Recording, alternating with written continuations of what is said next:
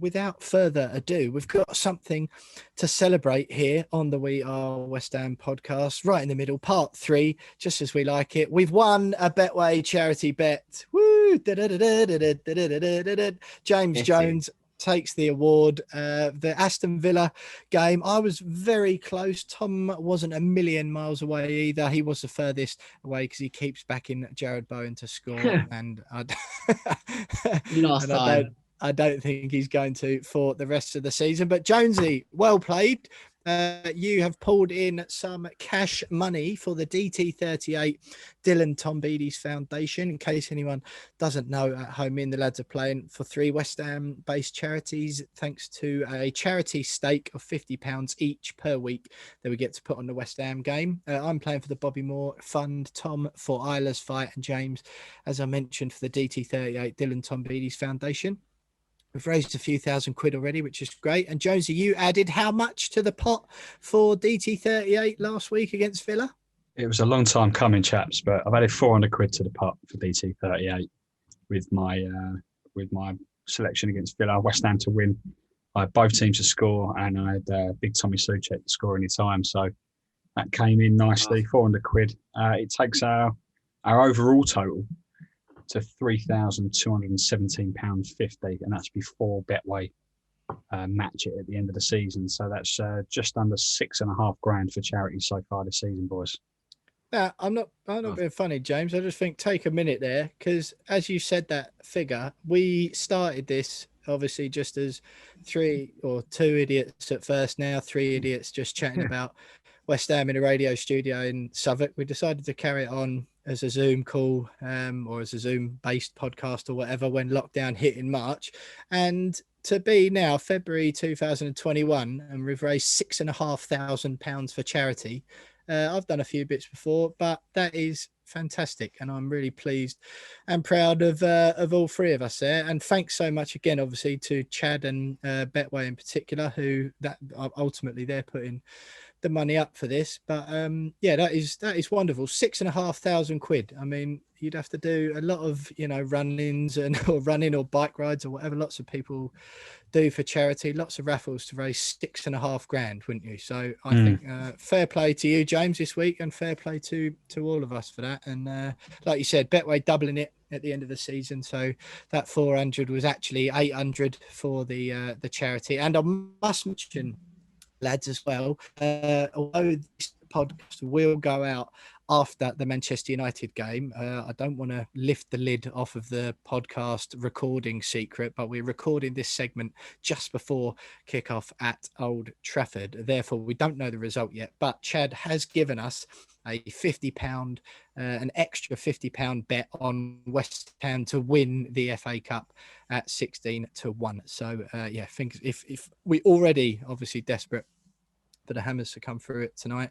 By the time you're listening to this, every one of us will know, of course. But yeah, if they've got through, there's that little added bonus if we manage to win the cup as well. But Tom, you were quite far away against Villa. Both teams to score, penalty to be awarded, and Bowen any time. I went West Ham to score a header, which again was West Ham to score a header, both teams to score on more than 5.5 corners. It was just the header that I was missing. Thomas Souček scoring with his feet for once. None of us got anywhere near in the Fulham game because it was an absolutely dead game of football. None of us had 0-0 ball draw, Thomas Souček to get unreasonably sent off at the end, and absolutely nothing else to happen. None of us actually had that bet.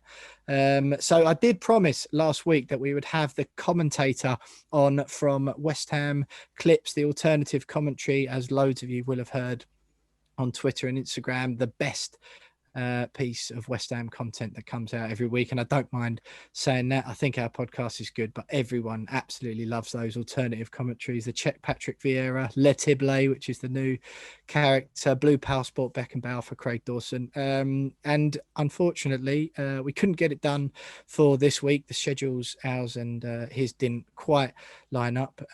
So next week, I guarantee you he's going to be on. He'll be making a 3-bet selection for the Tottenham game. So do tune in for that. I promise he'll be on next week. So that's something to look forward to. Lads, the Sheffield United game, is West Ham's next game. Sheffield United at home on Monday, the 15th of February. Tom, we'll go to you first. What have you gone for?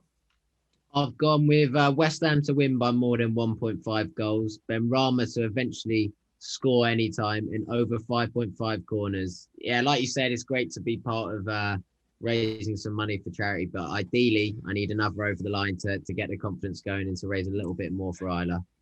Well, maybe if you stop betting on your fanboy Ben Rama and Bowen to score all the time, maybe you'd actually win some cash. Did you say over 5.5 or 8.5 corners there, I said Tom? 5.5. I want to get sort of, if one of them comes off, I don't want to lose it by the corners, basically. Yeah, of course, which I'd done a couple of weeks ago. Very frustrating indeed. Jonesy, what have you gone with?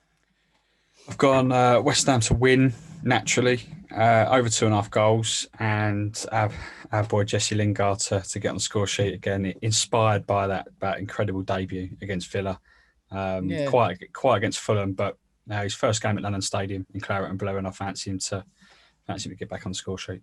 Like it. Yeah, I got well and truly caught up with the hype after the Aston Villa game. Pulled him into both of my main fantasy team and my draft fantasy team that I do as well. And I thought, yeah, definitely. I've uncovered a gem here. Got in there before everyone else. Absolutely rubbish against Fulham. Very disappointing indeed. But yeah, so my bet for the Sheffield United game, I tried to go a little bit different this week. West Ham to win and West Ham to keep a clean sheet, and Thomas Souček to score anytime. A little bit nervous about that clean sheet part, but we've looked solid at the back this season. Sheffield United, up until recently, had looked blunt in front of goal, so I'm hoping we can at least keep a shutout and Super Thomas Souček to carry on his rampant goal scoring form. So as always, if you want to back those bets in real life, you can do that on the Betway website or app. Just go to the West Ham v Sheffield United game, and under the pre-built bet section, you'll scroll down and you can find